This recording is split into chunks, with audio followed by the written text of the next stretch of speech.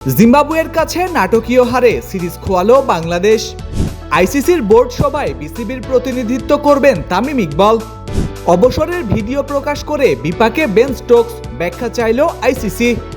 আইসিসির কাছে জন্মদিনের বিশেষ উপহার পেয়েছেন সৌরভ গাঙ্গুলী। সিরিজ জেতার পর এবার শাস্তির মুখে ওয়েস্ট ইন্ডিজ। সারাদিনে ঘটে যাওয়া ক্রিকেটের দেশি বিদেশি খবরগুলো এক নজরে দেখে নেওয়া যাক।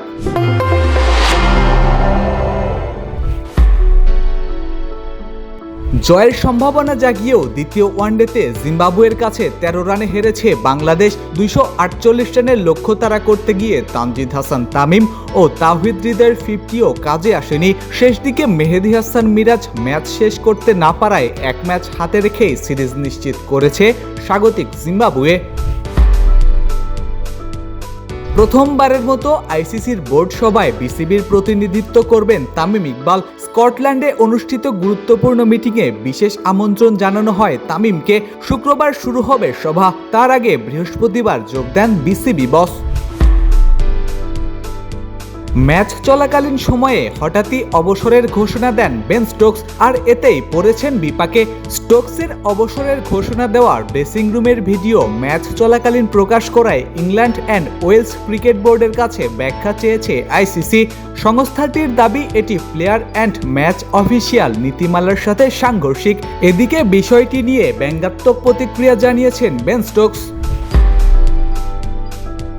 ভারতের সাবেক অধিনায়ক সৌরভ গাঙ্গুলী আইসিসির মর্যাদাপূর্ণ হল অব ফেমে জায়গা পেয়েছেন বলে জানিয়েছেন নিজেই। জন্মদিনে পাওয়া এই স্বীকৃতিকে ক্যারিয়ারের অন্যতম সম্মান বলে উল্লেখ করেছেন তিনি। ভারতের 10ম পুরুষ ক্রিকেটার হিসেবে এই তালিকায় নাম লেখালেন ক্রিকেটের দাদা। শ্রীলঙ্কার বিপক্ষে টেস্ট সিরিজ জয়ের আনন্দের মাঝে আইসিসির শাস্তির মুখে পড়েছে ওয়েস্ট ইন্ডিজ। ধীরগতির বোলিংয়ের কারণে দলটির ম্যাচ ফির 10% জরিমানা করা হয়েছে।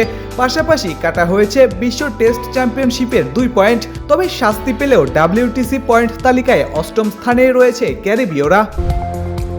ফেসবুক, টুইটার, ইউটিউব সহ সামাজিক যোগাযোগ মাধ্যমে আমাদের ফলো করুন।